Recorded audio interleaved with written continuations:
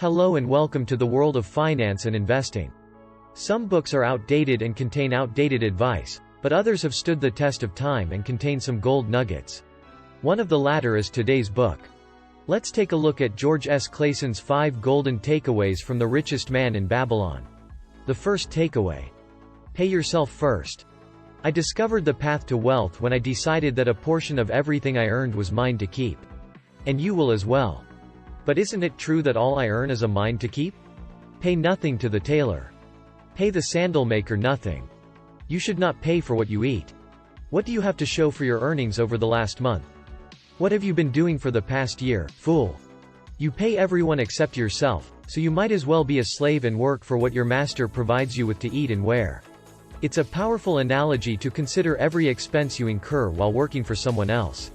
If your net monthly income is $2,000 and you pay $1,000 in rent, you are effectively working 20 hours per week for your landlord. At least in Sweden, where a typical working week is around 40 hours. Consider it this way, and it will be much easier to deal with your spending urges in the book. It is recommended that once you receive your salary for any other expenses, you pay yourself 1/10 of that amount. This ensures that you always earn money for yourself before slaving for others. Takeaway: the goddess of luck favors number 2 men of action. Most people attribute success to chance when they see other successful people, such as Abba Slattern Ibrahimovic, also known as the 16th Gustav. They make all kinds of excuses for not being in the same position as the aforementioned people, such as having talents, meeting the right people at the right time, or being born into it. While this may be true for some successful people, it is not true for the vast majority of them. What unites them all, however, is that they have been taking action. Consider this. Both a procrastinator and a doer are presented with opportunities, and for the sake of simplicity, they are presented with the same number of opportunities. The likelihood of success when taking an opportunity can only be manipulated to a small extent. So the procrastinator and the doer have the same chance to drive, but the difference is the number of opportunities that they try out. The procrastinator will always make an excuse. I'm not feeling well today. No, I didn't have a bad day at work. Today's stars are not aligned. Meanwhile, the duo gives it a shot and seizes many of the opportunities presented to them. As a result, the chances of the doer being lucky and succeeding at some point are far greater than those of the procrastinator. But it has nothing to do with good fortune and everything to do with hard work. Takeaway: number 3, wealth is not determined by one's income today. How many of them were carrying slim purses? We all answer the class, but we don't all get the same grade. Some people earn significantly more than others. Some have to support much larger families. Nonetheless, all purses were equally thin. Now I'll reveal an unusual truth about men and their sons. It is because what we call necessary expenses will always grow to equal our incomes, no matter how much we protest. I know a lot of smart people who make a lot of money but have nothing to show for it in their bank accounts. Increase their spending by the same amount every time their salary increases.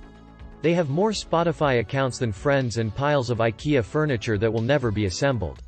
Keeping up with the Joneses at all times.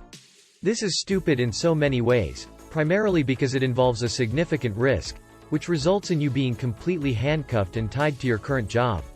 What will happen to your boat if you don't get that salary every month? Your home and vehicle? When your boss orders you to clean the toilets for the 3rd time that afternoon, you want to tell him to do it himself. But then you remember the boat, the house and the automobile. Instead, you say, "Yes, sir, that would be wonderful. Right now." Everyone, no matter who they are or what their degrees are, must obey. Income less expenses equals savings, according to the law of averages.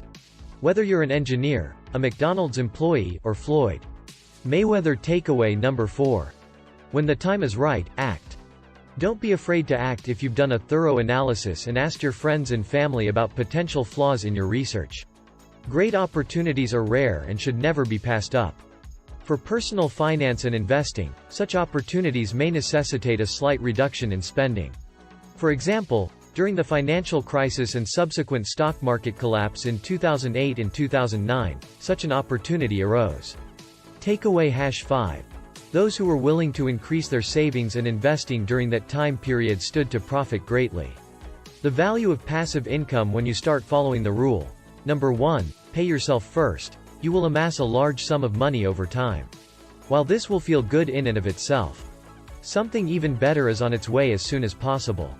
You should begin putting your hard-earned money to work.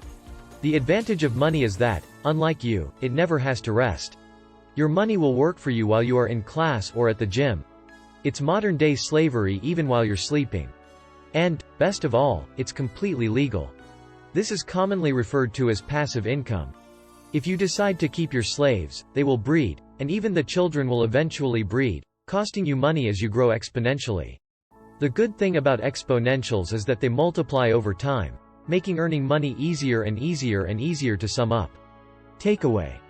The first step is to pay yourself first. The second reason is that men who take action are more likely to be lucky in the long run. The third point to make is that wealth is a function of expenses rather than income. The book's fourth piece of advice is to act when the time is right and take away. The power of passive and exponential income is number 5.